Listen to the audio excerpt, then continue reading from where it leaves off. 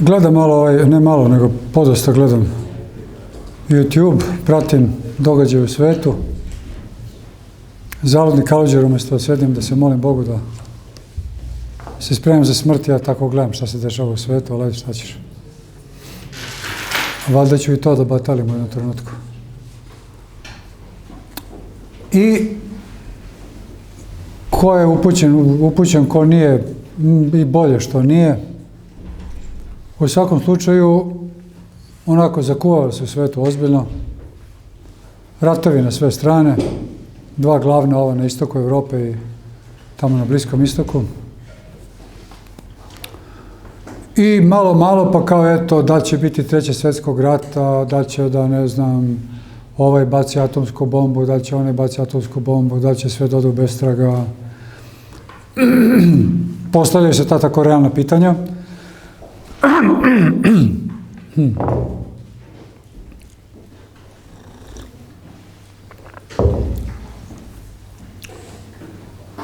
I onda naravno ima tu tako raznih analitičara. Pa ima onih,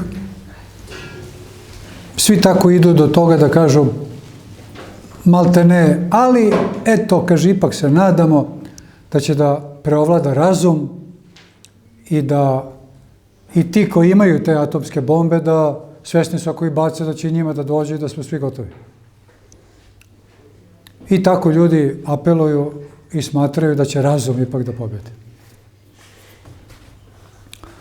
Nekako je logično da čovjek tako razmišlja, ok, pretimo jedni drugima, pravimo se, malo tu foliramo, bacit ću bombu, ne znaš ti ko sam ja, opasan sam ja, Putin kaže bacit ću bombu, sravnit ću, potonuće, ne znam, cela Britanija, onda ovi kažu uništit ćemo celu civilizaciju i tako dalje.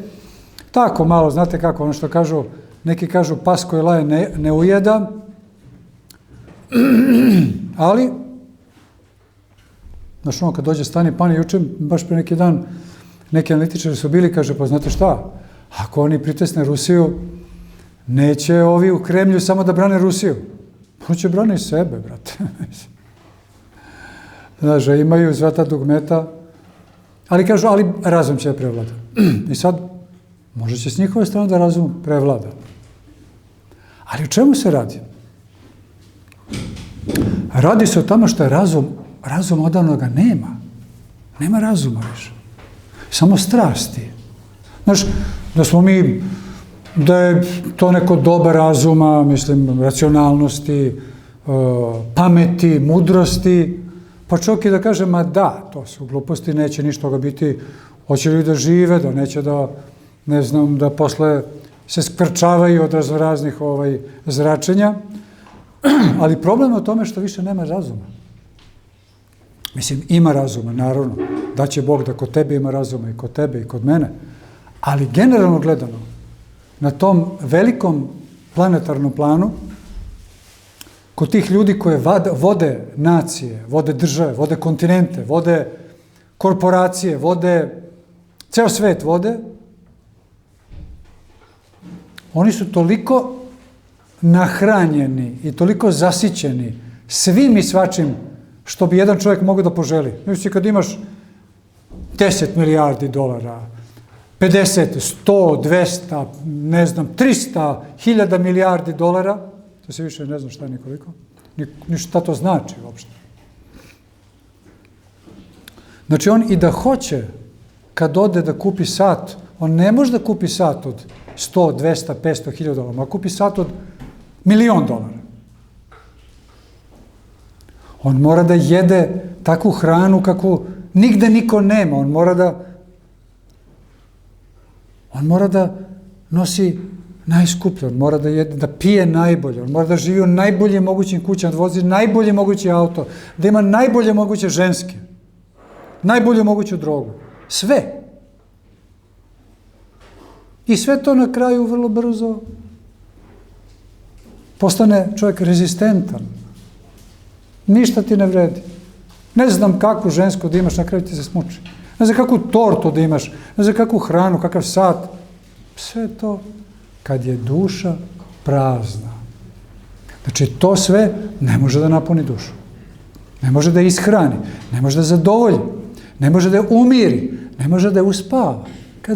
Kao kad spavaš detence, pa i pevaš i ono se lepo uspava. Tako se duša uspava, ali odnosno ne da spava da ne zna gde je, nego da joj se smire njene unutarnje sile.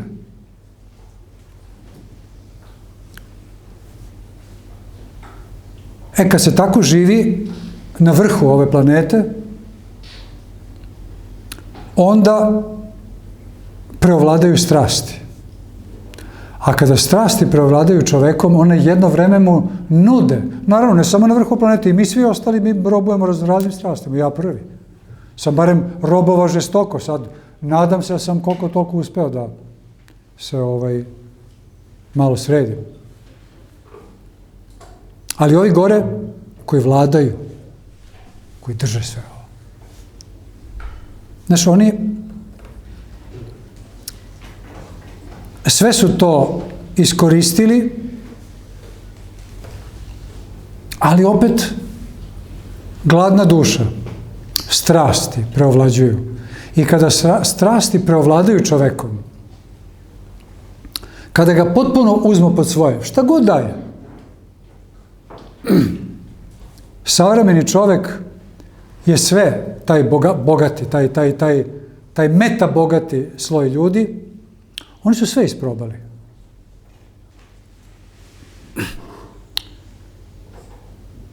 I jedino što im je još ostalo, to je krajnji satanizam. A to je pedofilija. Znači, sve su mogli da isprobali. Jedino im još to ono najčistije, najčednije, najbožanskije, najanđelskije je ostalo, pedofilija. Neću da govorim šta je to. Ko zna, nije bitno. I ko je pratio te Epsteinove fajlove i tu Epstein klasu, on je shvatio da ljudi koji vladaju ovim svetom su najgori mogući i najizluđeniji perverti. Oni kad se pojave na govornicama, oni kad vode reč, ti misliš Evropska unija, Amerika, to su tako ti neki ljudi važni ljudi. A u stvari trulež, jad i beda, užas, boleščura do bola, do nadbola. Šta će on, mučenik? I on je čovjek, i on ima dušicu jadan, pa je potpuno pogrešno krenuo da svoju dušu hrani i kada se duže vreme bude u nekoj strasti, u nekoj slabosti, u nekom poroku, onda to čovjek prije ili kasnije shvati da u stvari sve je isprobao. Sve. Nema više kud. A nema zadovoljstva. Što kaže Mick Jagger, I can get no satisfaction. Više nemam gde da nađem zadovoljstvo. Pozdrav Mick Jagger šta sve mogu da ima. I ni on, mučenik, više nema zadovoljstva, ni u čemu. Barem je tako ono pesmu spevao. I kada dođe do toga, do tog stadijuma, onda čovjek počne da mrzi i sebe, i Boga, ako uopšte ima ideju Boga, i svet, i sve počne da mrzi. I on želi u stvari smrt. Znači čovjek koji je sve to isprobao, okusio, zadovoljio se i nikada nije doživeo zaista ispunjenje unutarnje, on vidi da je u stvari da se žešće prevario, da se žestoko namagarčio, odnosno da ga je namagarčio vrhovni namagarčivač, a to je Satana, Lucifer. I njemu jedino što ostaje da umre, smrt jedino mu ostaje, da ne može više da trpi sebe. I kada ti analitičari kažu, ma razum će preovladati, neće oni baciti Boga. Pa ne, grešite ljudi. Nema razuma. Znači ti ljudi, oni žele smrt. Šta je bilo u Drugom svjetskom ratu? Šta je bilo u svim ratovima?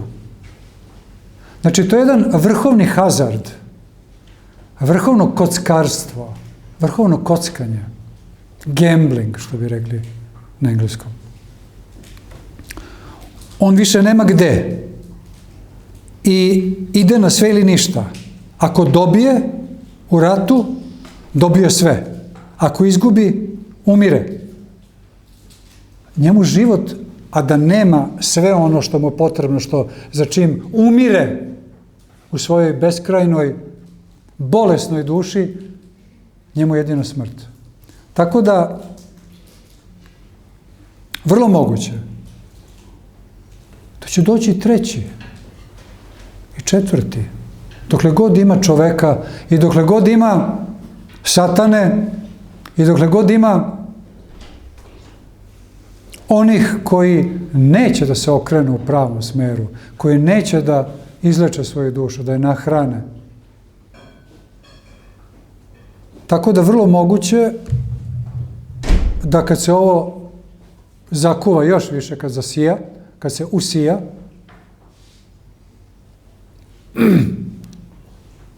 da će ovi reći, nama jedino preostaje možda čovjek, naši kockar i narkoman, alkoholičar. Ti kad kažeš alkoholičaru, čovječe, nemo piješ, umrećeš, dobit ćeš cirozu jetre. Ma to njemu ništa ne znači, on hoće da umre. On ne može da istrpi ovaj život. Da kažeš narkoman, ne možeš da drogiraš, umrećeš. Ma bez veze, potpuno. On hoće da umre. Samo jedino nema snage baš da se rokne onako u samobistvu, nego tako se polako ubija. Tako i ovo. Kao i Hitler. Kaže, ja umirem. I ubio sam na kraju čovjeka. Jasna stvar. Išao na sve ili ništa. Kaže, ako dobijem, moj ceo svet. Ako izgubim, nema veze, nema me. I onako mi je ovaj život odvratan. Jedino što me može učiniti srećnim i zadovoljnim, kaže Hitler, je ako zavladam svetom. A i to bi, vjerojatno bi, i posle toga bi, i da je dobio rat, vjerojatno bi on prije ili kasnije opet izvršio samoubistvo.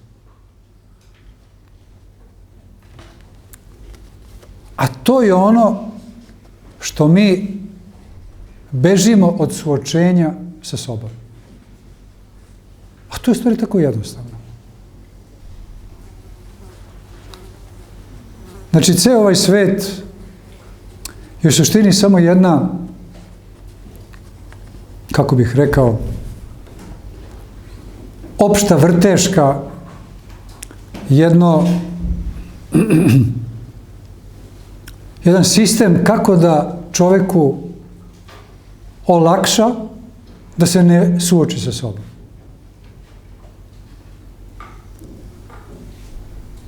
Kroz razne, da sad nabrajam, to je stvarno besmisleno. Sve što vidimo oko nas je u stvari usmereno ka tome da te zabavi, da te zamanta, da te zamaje, da te zaludi, zablesavi, zabavi, da se ne bi suočio sa sobom, da se ne bi pogruzio u sebe i pogledao, a šta to ono ima u meni, unutra, što me goni, da stalno nešto radim, ne bi li seo i rekao, dobro, ok, gasim telefone, gasim radioaparate, gasim telefon, YouTube, internete, televizije, sve, i sad ću da provedem neko vreme da vidim ko sam ja, šta sam ja, šta to ima u meni, kakve su zapravo moje misli.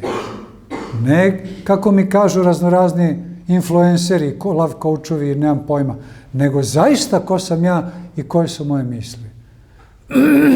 Naravno, ako se to radi tek tako, čovjek odlepi za sekund. Jer ne može se suočiti sa tim grotlom koje vrišti u nama tek tako. To je mnogo opasno. Ljudi se prže, odu na psihijatriju. Ko nije spreman za to suočenje? A ko nije spreman? Onaj koji nema saradnika, pomoćnika, koji nema vođu.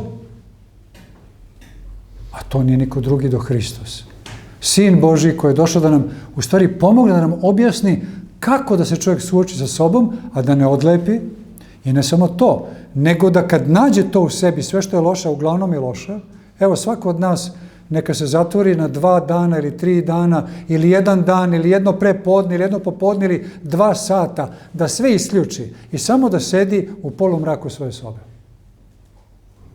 I da pošteno kaže sebi kako se osjeća, kakve mu misli dolaze na pamet, šta ga sve radi. Kada to učinimo uz Božju pomoć, kada uvedemo molitvu, kada kažemo Gospode, ja dođo do dna, a ti koji si došao zbog mene, sad mi pomozi da me ne zgnječe moje misli i moja bolesna duša, nego da prepoznam, da vidim, da detektujem, da izaberem, izvučem i bacim od sebe to. Uništim i očistim svoju dušu. Kao što lepo uđem u kuću, pa očistim gde šta fali, gde haos neki, ali da bude lepo. Jedino na taj način, ne u skakanju, ne u gužvi, ne u vici, muci, buci, ne u raznoraznim hemijskim stimulansima, ne u besomučnim skakanjima, igranjima, mrdanjima, trešenjima, mumlanjima, nego u miru, u tišini, prepoznati sebe, priznati sebe sebi. Priznati da sam jad i beda, da sam vreća puna strahota. To je među najuzvišenijim hrabrostima, da čovjek to sebi prizna. I zato ćemo sve moguće da radimo, samo da bi pobjegli od toga. Možda pobjegneš 2-3 dana, 7 dana kroz neke raznorazne aktivnosti, ali opet se ono vraća. Jer je tu u srcu. Nije u umu. Um se lako očisti, ali srce, tu treba mnogo posla. Ali tom poslu mi treba najviše da se prepustimo, da se predamo. Sve posle ide kako treba.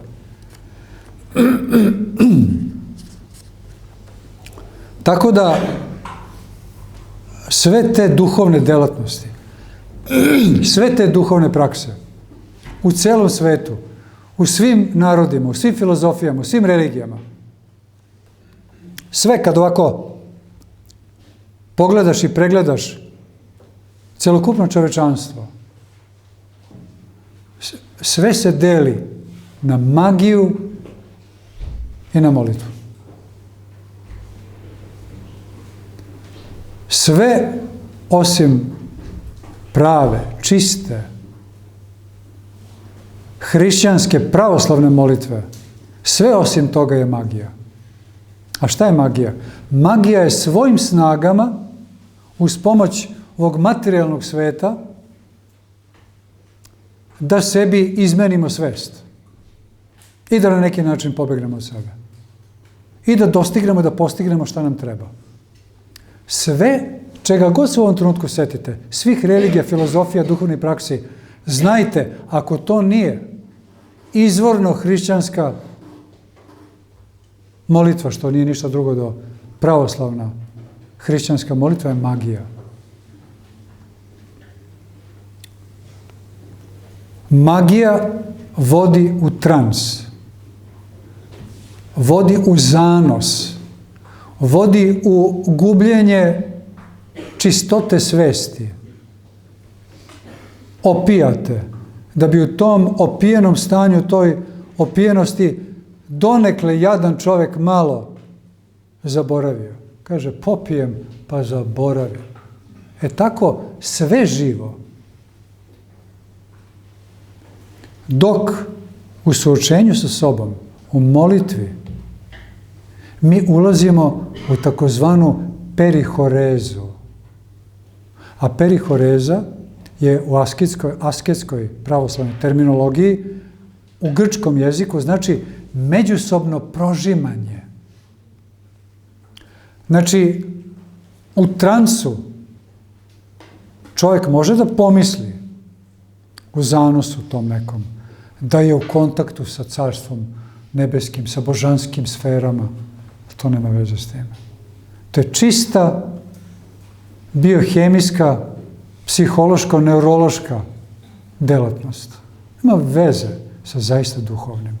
Dok u molitvi, kada se kroz molitvu uđe u perihorezu, a perihoreza je, znači kada se ljudski duh uzdiže ka Gospodu, ka Tvorcu univerzuma, a njegov duh se nishodi k nama ljudima i dolazi do međusobnog prožimanja, do savršenog zagrljaja. Ali gde ljudski duh, ljudska duša, ljudska svest ne gubi osjećanje sebe, kao u transu. Ne. Čovjek ostaje potpuno svestan sebe, jer je on samo tvorevina. Ali u zagrljaju sa Tvorcem i to nema ništa lepše. Kao što kada se muž i žena vole i zagrle jedno drugo, osjećaju da su u jednoj svezi predivne ljubavi, ali on nije postao ona, niti je ona postala on. Ona je i dalje ona, on je i on, ali su oni ipak jedno. To je ta predivna lepota ljubavi. A ovo je nešto neuporedivo još više od toga. Kada ljudska duša, nije bitno da li muška ili ženska, duša u stvari nema pola. Kada se otvori, prizna, prepozna i sebe i Tvorca. I uđe u taj zagrljaj. U tišini. To ne može u buci, to ne može u skakanju, to ne može u vikanju, urlanju, nekoj egzaltiranoj radosti, kao mi smo sad radosni. Ne može. To mora čovjek ozbiljno da sakupi sve svoje sile, da se fokusira vrlo ozbiljno. Tu ništa, nikakva distrakcija ne sme da postoji. Naravno, ako hoćemo te vrhunske susrete. Dobro, to je rezervisano baš za neke mnogo stroge, ozbiljne monahe. Ali mi ovdje u svetu i tekako možemo. Svako po svojoj moći. Svako ima vremena, malo i mesta u svojih 24 sata da se usredsredi i da ga Gospod zagrli i da on osjeti taj zagrljaj. I da osjeti da je jedno sa Bogom, a opet da je dalje on svoj. Da se nije utopio neki okean i da ga nema. Oni koji hoće da ih nema, zapravo hoće smrt. A oni koji hoće da ih ima, ali da ih ima sa Tvorcem, oni hoće večni život. I zato je jako potrebno to takozvano bezmolvije na staroslovenskom. To je jedna pravoslavno asketski termin. Bezmolvije, u stvari što znači bezmetežje. Znači, jako nam je važno da izbegavamo metež, gužvu, buku i tako dalje. Naravno, živimo u svetu, čim izađeš na ulicu, to te zapahne. Ali da gledamo da ne nalazimo u tome, kao što mnogi ljudi, nažalost, u tome nalaze najveće zadovoljstvo. Kad su sami u kući, oni se osjećaju teskobno, neprijatno, ne znam da rade sa sobom, kao što smo rekli malo pre. I onda jedva čekaju da se nađu tako i u nekom metežju, u nekom molviju. A nama je potrebno bez molvije, bez metežja. Neko ko je okusio dubinsku lepotu perihoreze, Božijeg blagoslova, Božije ljubavi, on će da ide ultimatno, do kraja i da ostavi sve. To su retki koji su pozvani. To su tako neki monasi, kao ja, blesav i tako dalje. Ali svako može do određene mere sebi da obezbedi određeno vreme, određeno mesto, gde će da se čisti od buke i meteža i ludila ovoga sveta. Jer ako nemamo taj moment, ako nemamo taj poriv, ako nemamo to malo u toku dana gdje ćemo se čistiti od toga, mi smo gotovi, ljudi. Pa nema ništa od nas. Ako smo 24 sata u svetu, kad kažem svet, mislim na zbirno ime za strasti. Pa svi smo u svetu. Ni ja nisam u pećini, u svetu sam. Jučer sam bio u Beogradu, idem po onoj vrućini, tražim neke stvari.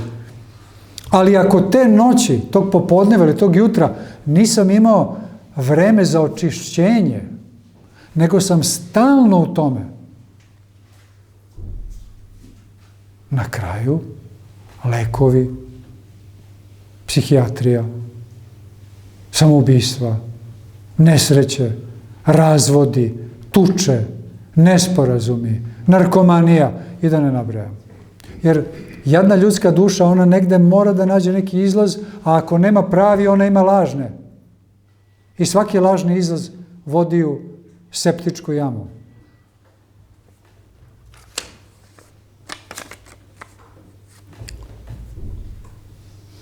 I šta je tu bitno? Kao što smo pre neki dan proslavili veliki naš praznik preobraženje, bitan je preobražaj. Metamorfoza, transfiguracija. Potrebno je da preobrazimo svoje biće, svoju palu ljudsku prirodu, uz Božiju pomoć, uz blagodat Svetoga Duha, da se preobrazimo i da postanemo duhovni ljudi koji žive u ovom telu, koji žive u ovom svetu, ali nisu od ovoga sveta. Znači, to ne znači da sad svi moramo da idemo u pećine, u pustinje, u manastire. Ne. Mi smo u svetu, ali nismo to od ovoga sveta. On nije nama suština. Nama je suština Carstvo nebesko. Nama je suština duhovni svet. I zbog toga, kada dostignemo taj preobražaj, onda, do koga nije lako doći, da se razumemo, nećemo se zanosimo, ali to su jedni od poduhvata koje čovjek treba da uloži svu svoju snagu. Treba i da radi, treba da stvara, treba da se raduje, treba da ode na odmor, treba da je kreira, ali suština je unutarnji preobražaj. A ne samo to, ne samo što će on duhovno, nego će on i u svom svetovnom životu biti još uspešniji, kreativniji, sposobniji. Ja sam tako kao mlad čovjek, tako, činilo mi se da imam neke darove, ali to sve nešto neko šlajfovalo. Kad sam ušao u veru, kad sam krenuo ozbiljno se posvetiti molitvi, pričašću, liturgiji, to je sve procvetalo. Tu su odjednom neki darovi došli. Šta god da se uvatim, sve ide, čoveče. Kako je ovo moguće? A pre toga sam bio sve nešto nikako. Zato što su ti svi darovi, a svaki čovjek ima neki dar, je od Boga dat. Ali ne možemo mi taj dar sami po sebi, svojim moćima, da izglancamo i da ga upotpunimo. Moramo da prizovemo onog darodavca koji nam je dao taj dar. A svako je dobio neki dar. Da bude dobar lekar, ili dobar kuvar, ili dobar sportista, ili dobar umetnik. Niko nije, Đoković nije odlučio će biti najbolji tenisar na svetu kad se rodio. Nikad, mislim, možda nema ima neku ideju, ali morao mnogo da radi na to. Ali on je izabran. On nije mogao da bude dobar hirurg. Nikako. Svakome od nas Gospod da neki dar. Vrlo često, što je tragično, mi ne znamo koji je naš dar. Čovjek možda proživi ceo život da se bavi nekim stvarima, da nema pojma u stvari da je prizvan bio nešto drugo. A kada je u veri, kada otvori iskreno sebe Gospodu, kroz liturgiju i molitvu i sve što ide, onda njemu Gospod otvori i kaže, brate, sestro, ovo je tvoj put. U ovome ćeš biti maksimalno uspešna, zadovoljna. Nema ništa lepše kad čovjek radi u životu ono što voli. Znate koliko ljudi ima, kaže, ujutru kad ustane, pa kad pomislim na onaj kolektiv, na ono radno mjesto, one ljude tamo, na onaj posao, dođe i da se ne probudi. Mislim, koja je to tragedija, čovječe? Meni, hvala Bogu, Bog dade, eto, da budem monah. I to je neka profesija. U svakom trenutku moga dana ja volim što sam monah, što sam iguman. Tako isto onaj kuvar ili ovaj ili onaj kaže, oče, ništa u životu ne bi drugo volio da radim nego da sam kuvar. I baš mi je lepo. A neko kaže, eto, majka me natjerala da upišem medicinu, pa sam postao, ne znam, nemam pojma, očni lekar. Mrsko mi je, kaže, kad idem na posao, kad više gledam u te oči ljudima, ništa ne nalazim više zadovoljstva u tome.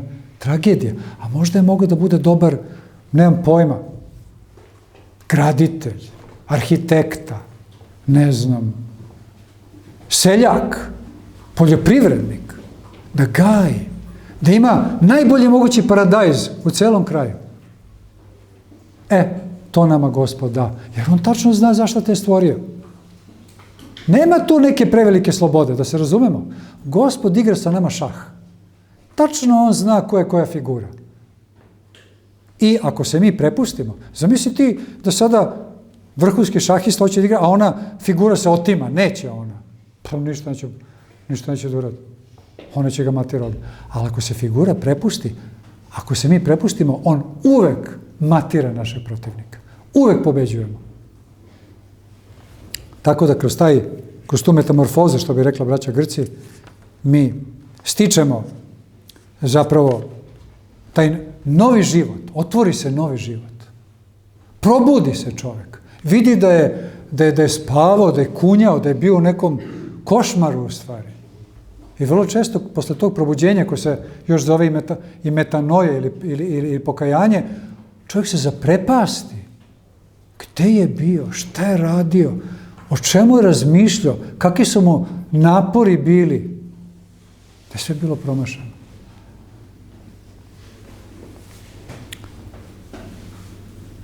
I jedna od važnih asketskih disciplina je i bdenje. Da znate. Potrudite se, ne može to odmah. Kao i sve drugo. Odiš u teretanu pa digneš 20 kila, pa 30 kila, pa 50 kila, pa 100 kila. Ne možeš odmah digneš 100 kila. Tako i u bdenju. Počnemo pomalo da otkidamo od sna. Pomalo, ne može mnogo. Pa se organizam polako navikava. Centralni nervni sistem. I onda otkidamo pomalo od sna. Ima ljudi koji prespavaju veći deo svoga života, čoveče. Jedva čeka dođe kući da zahrče. I onda ustane nervozan, ljut, ništa mu neki košmar, nešto. Samo se svađa kada ustane. A kada čovjek ozbiljno krene tim putem, kada stvarno veliki deo noći i sna otkine i prepusti ga molitvi, to su čak i naučnici dokazali, koji su se bavili malo time, Rusi i Grci, koliko molitva više odmara od sna. Naravno, ozbiljna molitva, prava. Sozrcateljna molitva, duhovna molitva. Tako da kada čovjek, naravno, posle tih bdenija uopšte, čovjek je pospan, on u svakom trenutku može zakunja i u toku dana, ali u suštini ta razbuđenost kad ga pokupi. Kada je on proveo određeni broj sati u noći, posvećen molitvi, spavalo mu se, onako malo je, ali se trudio, borio se. Onda vremenom on postigne neverovatno stanje neke kristalne razbuđenosti. Prvo se razbuđuje ovaj čeoni deo uma. Onda se polako spušta u srce. Kad se srce razbudi, kad se srce zagreje, kad se srce maltene oživi, ti u stvari vidiš da ti je srce bilo, da ne kažem mrtvo, ali u dubokom snu. Onda Ne pada ti na pamet da legneš da spavaš. I vidiš da je to u stvari slika smrti. Hoćeš da budeš budan, jer ti je dobro dok si budan. Sav goriš, sav si radostan, sav si budan, sav si živ, sav si pun želje za životom, za stvaranjem, sa idejama, sa ljubavlju za bližnjega, sa ljubavlju za Boga. Bdenje je velika sila. Sveti oci kažu, čoveče, ono što si posajao noću u bdenju, to ćeš žnjeti preko dana. Ono što smo uspjeli da otkinemo od noćnog sna, što smo predali Bogu kroz molitvu, ta će nas radost i mir i snaga voditi kroz dan. Ok, imam nezgodnog šefa, vamo, onamo, ali ja ću imati taj mir, on ne može da me razbije. Može ne zna šta da mi kaže. Ja sam iznutra mira. Jer bdenje je tvornica radosti. Tada se tvori radost. Tvori se čisto srce ispunjeno Bogom. Tako da nam Bog da snage, da na pravi način vršimo preobražaj, promjenu svoga bića, promjenu svoje svesti, ne na način kako ovaj svet nudi. Ima široku paletu mogućnosti za promjenu svesti. Ali to je sve u suštini samo ubistvo svesti i duha.